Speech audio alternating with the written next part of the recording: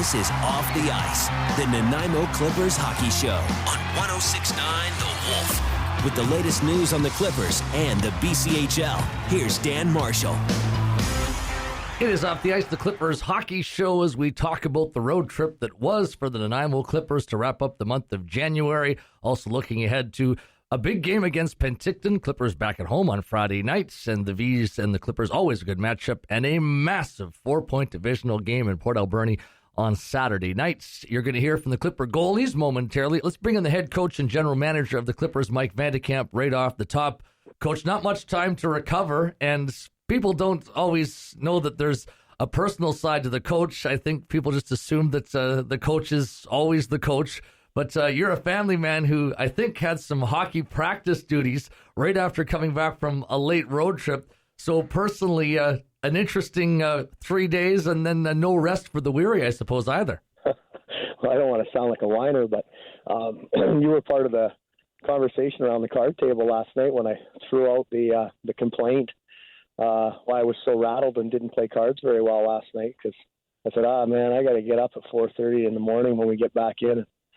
Of course, our trainer, Travis, pipes in and says, get the kid a bus pass, which was probably the line of the weekend. No, it was up and at her and opened the door at 4:45 for hockey practice. And actually sitting in my truck outside watching soccer practice right now, Dan. So it's been a full day of those types of events for me. You've got Penticton on Friday, and I said to Dustin Donahue after the game yesterday, I think those games are fun for the coaches, and I'd like to think for the players too, because you play a structured game and Penticton plays a structured game. So it's a hockey game, but there's also, I think, a chess match that goes along with those. And I would imagine as a coach, those are games that you really kind of get up for. I enjoy it. For me, I can almost pick the teams that I enjoy coaching the games in. I mean, the Vernon game was a really structured game. And any time that we play Penticton, it's like that too. And we don't always see that in our league or in our division. There's some pretty wide open kind of games. And yesterday's game, for example, was a coach's nightmare, basically, is what that is. There's nothing going on out there on the ice that resembles, like sometimes you almost take it, well, I did take it personally with our guys in the intermission. You know, you feel like they don't have a coach. Like we showed up today and we actually don't even have a game plan. It looks like we could have just showed up on our own. And that's, I take things a lot more personally in that. And, it's almost a little bit embarrassing, like when your team plays as sloppy as they did. When you get into a structured game like that, which I think Friday's game, well, it'll have to be, because that's exactly how Penticton plays. In fact, we played them enough in the last couple of years with our run to the final that we had against them 2 years ago, and seeing them in the round robin series and the semifinals and all that kind of stuff too.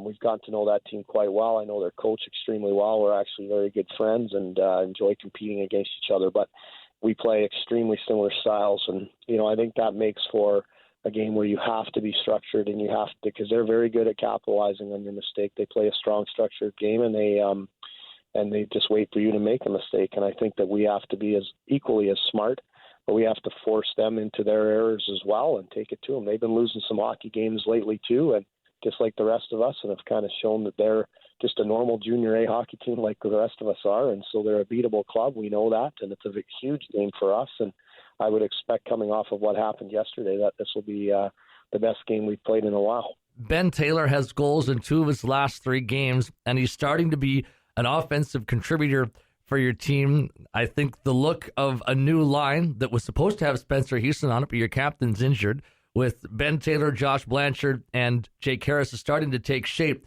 But I think that he's kind of Ben Taylor flown under the radar, but he has a lot to offer, and he looks like he started to get pretty comfortable. Yeah, I really liked the way he played this weekend. In fact, that line was probably our best line this weekend overall, I think. And he was a big part of that. If you take all 3 games into consideration, I mean, they had their ups and their downs like the rest of our forward lines did, but I think overall they were our most consistent line and our best line. And he was, like I said, a big part of that. He's playing more like a power forward type of game. He needs to play that way. That goal he scored yesterday, down the wing, he gets a shot, he picks up the rebound, I think, and then basically on the wrap around, sort of a power type forward move. And, that's how he needs to play. He's been one of our more physical guys. He's finishing a lot of checks, and he's tough to handle because he's got some skill to go with that big reach and big size that he has. So, I look forward actually to catching up with him this week. It's funny you bring his name up because he's on my list of players that I want to sit down with this week and have a meeting with and catch up now that he's been here for a little while. And, we don't always do a lot of that as coaches, like one-on-one stuff. You sort of pick your spots, and you don't want to be in your guys' ears all the time. But, it's time for us to sit down and have a chat, and that's something that we're really going to try to build on with him, is that he just keeps playing to that identity because it's really working for him. And, he could be a real contributing factor for us down the stretch here. I want to touch on another guy, not to break down individuals too much here, but Lucas Finner starting to take face-offs, start shifts in the middle. He can be potentially your team's best offensive centerman. He had 2 goals in the 3 games on the weekend, none bigger than that overtime goal, but you started to see him more comfortable in the middle, which is, I know, the position you want to put him in. And offensively, Kramer, Finner, and Solon, another trio that had a very good game yesterday in terms of their point production. But is Lucas Finner starting to get to the point where you can put him in his position? Is he starting to get to that point where you're not at all worried about the injury? Yeah, I don't think we're worried about the injury at any time, to be honest with you. I think it's the area around the injury and some of the other areas that were weakened by, just being out as long as he was.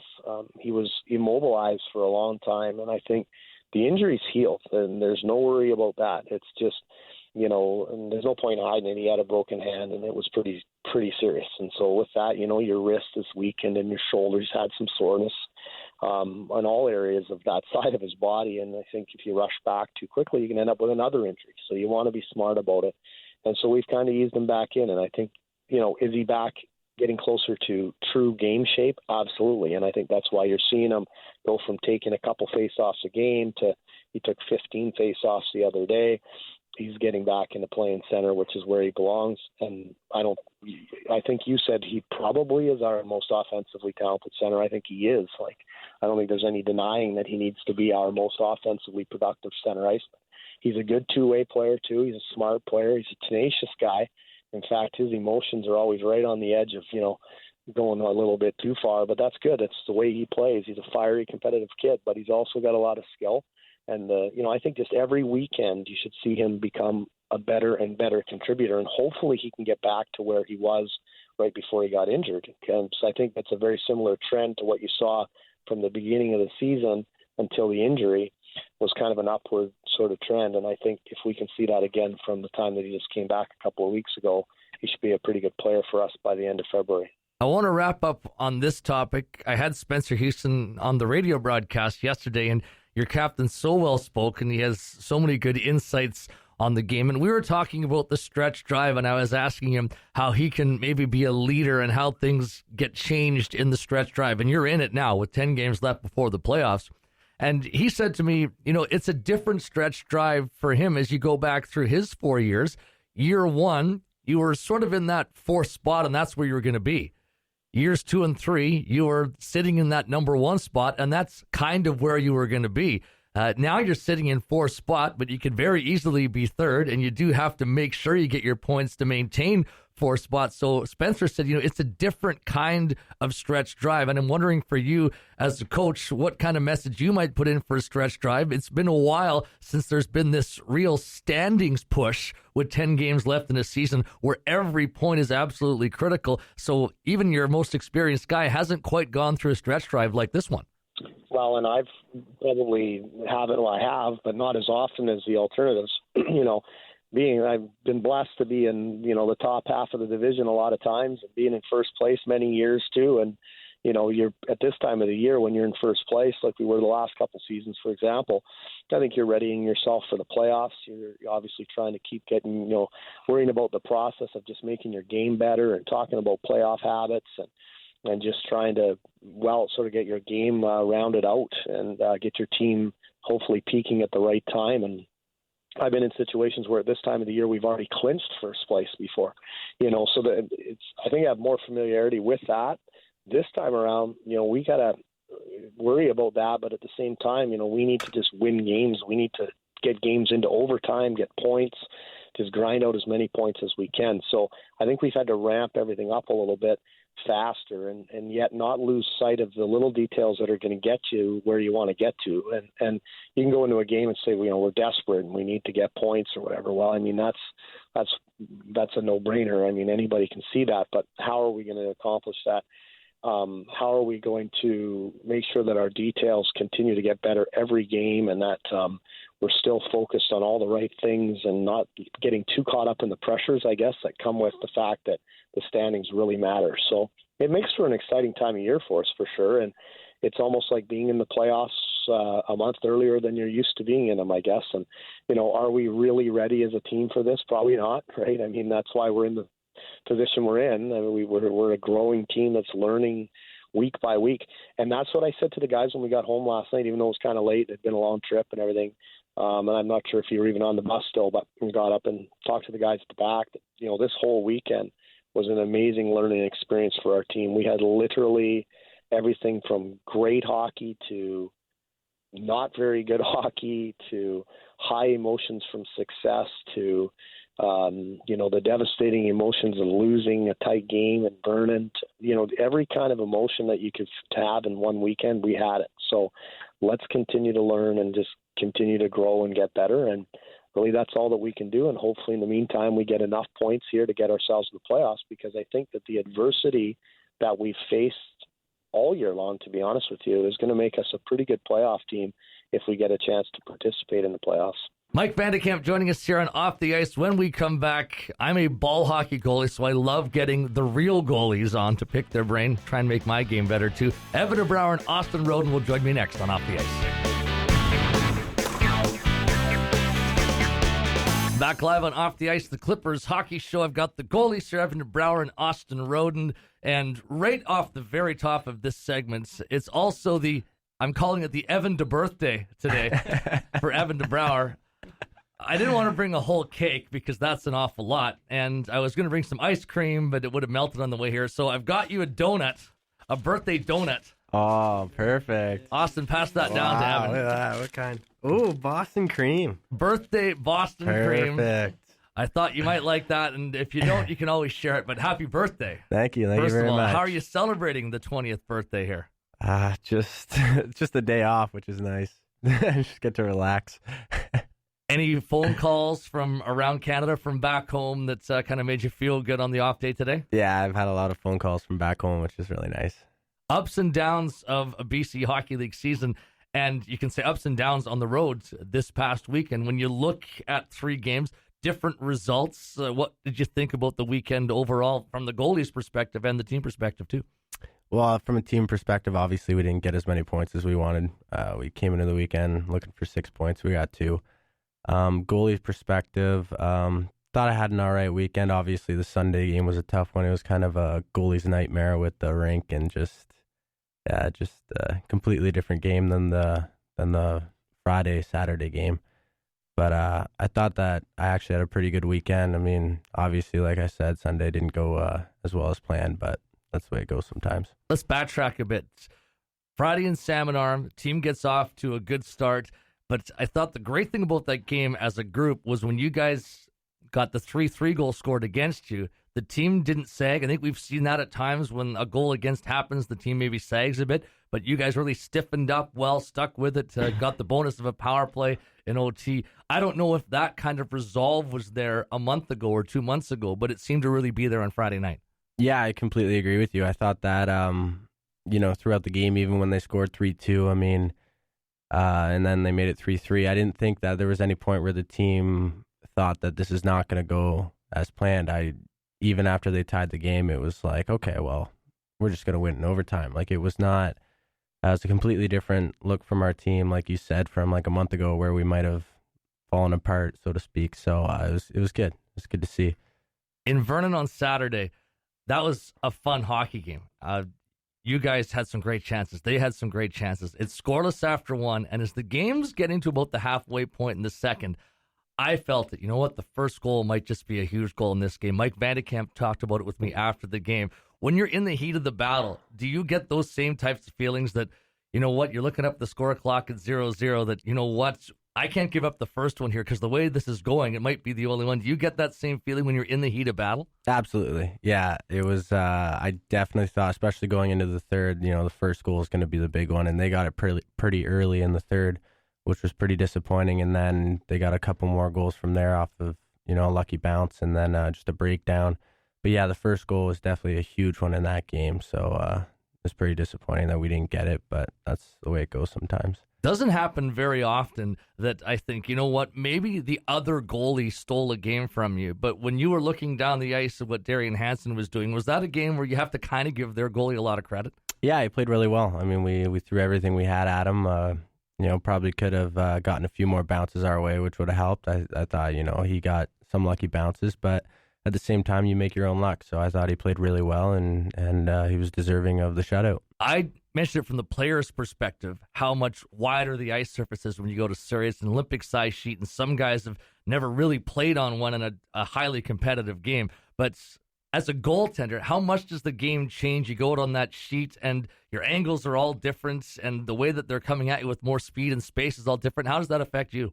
It was definitely a much different game than normal. I mean, I thought that there were a lot more grade A scoring chances, and just offensively, that team really knows how to use their rink to their advantage, and they picked us apart at some points in the game in the defensive zone. So, like I said, it was kind of a goalie's nightmare. I mean, their goalie gave up 5 as well. Like, it was just a wide open game, and I mean, that's the way it is, and they know how to play in their own rink, especially in the offensive zone. So they use that to their advantage. It's tough on any athlete to get up mentally, physically, and do the traveling that goes on a road trip. But for a goalie, we have to have that mental focus. Playing the 3 games in 2.5 days and the travel in between, how was that on your body and your mind this past weekend? It was fine. I mean, it helps when it's such a tight race right now. I mean, you're going into every game thinking we got to win and you got to play well. So getting up for a game at this time of year is not a difficult thing to do. Every game is a playoff game as far as I'm concerned. So getting mentally prepared for every game was not an issue. I don't know if you can compare shutouts, but you've had one against Alberni, and standings-wise, that was probably the biggest, but the one in Penticton probably felt pretty sweet, too. Both of those teams coming up this weekend, just your preliminary thoughts on Penticton Friday here and then going to Port Alberni on Saturday. Well, Penticton's going to be a tough one. Obviously, they're a really good team, but I think that because we've beaten them before, we know we can do it again. So, and we need the points. I mean, we're desperate. So I think that we're going to put up a good fight, and I think that we can definitely come out of there with 2 points. And then Alberni, I mean, that's the game right now. I mean, same thing as last week. It's not hard to get up for that game. The guys are going to be ready. They will. So I think that's going to be another good game like the 2 that we had the other week, and I think that we're going to come out on top again. Austin Roden, what a changing season for you. Changing crease partners. I think goalie roles have changed, I think, a couple of times and flip-flopped. It's also your rookie season playing junior A hockey. When you take everything in that's happened to you over the past several months, what are your thoughts on how this season has gone? I've been happy with how my season's gone so far. I mean, I've pushed to be a starter in this league, and you can't ask for much more than that in your first season in the league. So there's been ups and downs, obviously, but you try to take as many positives as you can from it, and I think I've had a lot of positives this year to take from it. In what ways do you and Evan support each other? Because you've both taken times being the starter, you've both taken times being on the bench, and there's a competition, but I know you guys want to prop each other up. So how does that relationship work? Yeah, no, I think Evan and I have gotten really close, staying on the road every weekend and hanging out in the dressing room and stuff. So we're each other's biggest fans at this point, and you have to be at this kind of time of year when times can get tough or they can go great. So you need kind of someone to keep you level, I think, and we've been really strong for each other in that aspect of the game, I think. In the media timeouts during the games, in the intermissions after the game, how much are you guys helping each other out in terms of, hey, I kind of saw this, and hey, did you recognize this? Is there a little bit of coaching that can go on between the two of you? I don't think it's as much coaching in the media timeouts and the intermissions. We just kind of talk and see how each other's feeling. And I mean, it really, sometimes in those media timeouts, you just like to look around a bit and have a break from the focus and have a laugh or something. So either way, the other guy's feeling, the other guy helps him out with it. So it's been good so far. There's 2 sides to the game for a goalie, and they're both almost equally as important. 1, there's the mechanics, and then 2, there's the mental side of the game. Over the course of a year, what areas are you really trying to work on mechanics-wise as you watch film on yourself, and then also on the mental side of the game too? Yeah, I mean, mechanics-wise, that part's going to come along with practicing every day and stuff like that, and you'll make yourself better or worse depending on your practices. But I think the mental side of the game is really where most goalies have to work on it. Dave Lenevieux works on us mentally almost 90% of the time, I think. So he focuses a lot on that, and I think that's the biggest part of the game is improving your mental side all the time. A guy that's played in the NHL like that, he's the team president, and I thought it was a real neat picture. After the 3-0 win a couple of Fridays ago against Alberni Valley, the last two players down the tunnel were Evan, and then Dave Lenevieux was right beside him, which I thought was a really cool picture. But give us an idea, when you work with Dave and he comes on the ice with you, what's that like? What kind of things does he point out? Say, you can talk about the mechanical things. He says, hey, did you know you're doing this? Try this. And then some of the mental things he says to you as well. Yeah, I mean, he hasn't been able to get out much on the ice with us this year because of our practice times and what he does during the day with his job.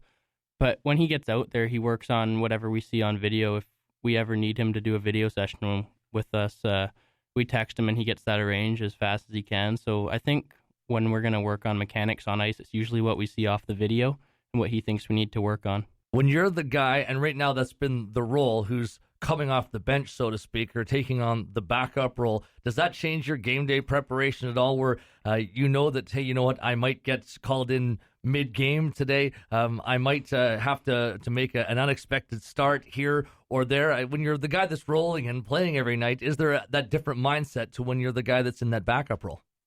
I mean, when you're starting the game, it's a bit different. Obviously, you've got the focus right from the start.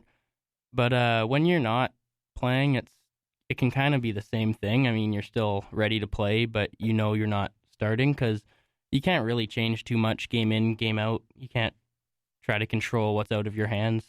So I have a pretty good routine that I'm in. I'm pretty loose on game days, and whether I'm playing or not, I like to be prepared and think I'm going to play. So, yeah.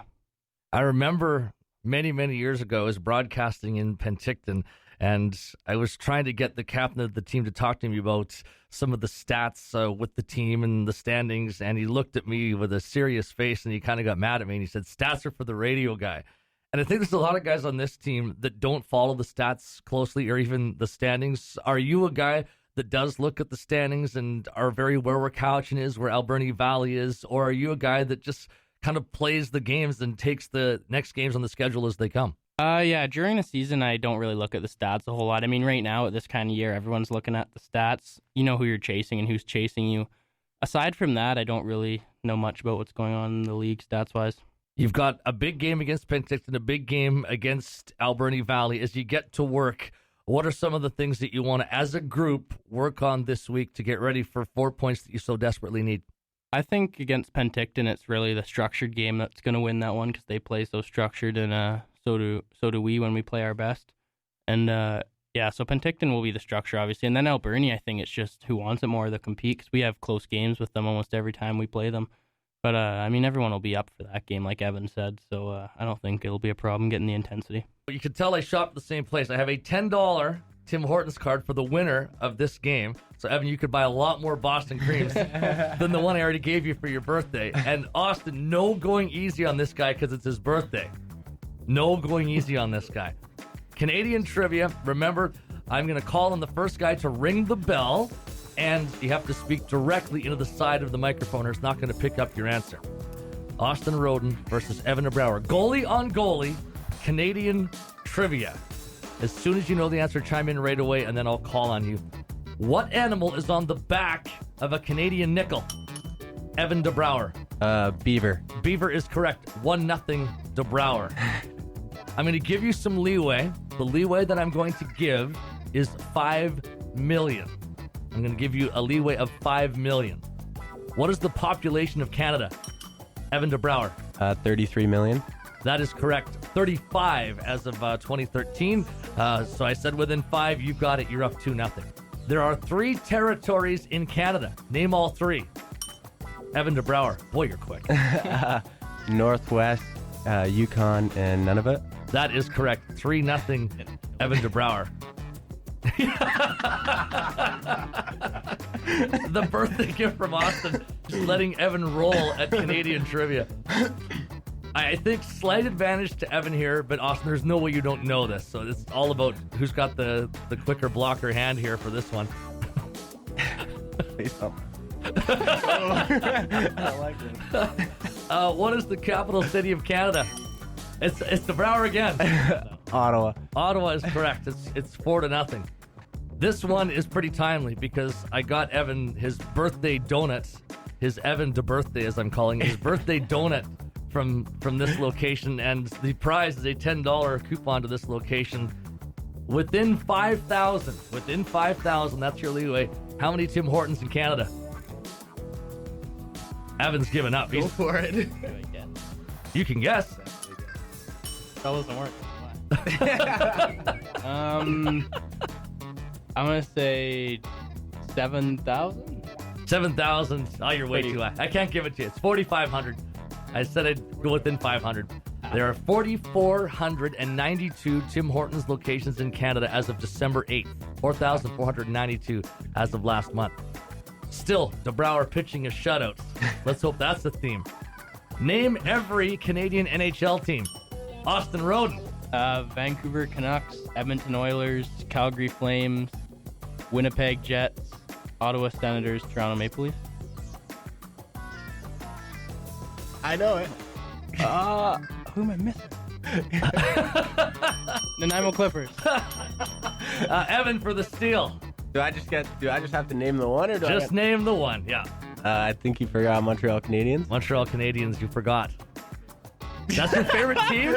Oh, man. I'm sure. No, you didn't. No, I was counting along on my paper here. Oh, boy, this is tough for Austin. He's feeling very charitable. Very charitable because it is the birthday today. How old will Canada be on July 1st? It is called the Sesquicentennial. How old will Canada be on July 1st? If you remember when Canada was formed, if you go way back to your grade 5, I think it's grade 5 that you do Canadian history like that. You guys have no clue. How old will Canada be on July 1st? Evan DeBrouwer. 150? That is correct. He walked through it. Careful for this one. Listen very closely to the question before you answer. What is the official summer sport of Canada? Austin Roden. Lacrosse. Lacrosse is correct. Official winter sport, of course, is hockey. What city was the world's first indoor hockey game played in 1875? What city? First indoor hockey game in the world in 1875. Evan DeBrouwer. Toronto. Not correct for the steal. Austin Roden. Ottawa. Also not correct. It was Montreal. Final question. Austin, you have no chance of winning, but please go out with a bang here for me. Because you're getting absolutely DeBrouwered on his birthday right now. Which Canadian NHL team had the lowest point total at the All-Star break? Deep in thought, the Goalies. Lowest point total for a Canadian team at the All-Star break this year. Austin Roden. Is it Calgary? It is not Calgary. Evan DeBrouwer. Winnipeg? Winnipeg is correct. 50 points. Very convincing win on the birthday for DeBrouwer. A $10 Tim Hortons card plus a donut. You made off like a bandit here today. Let's hope that karma continues on for the Penticton game on Friday. Guys, thanks so much for this. Austin Roden, Evan DeBrouwer here. Clippers at home Friday against the Penticton Bees on the road in Port Alberni Saturday. You've been listening to Off the Ice, the Clippers Hockey Show. Join us again next Monday night at 7 on Nanaimo's Rock. 106.9 The Wolf.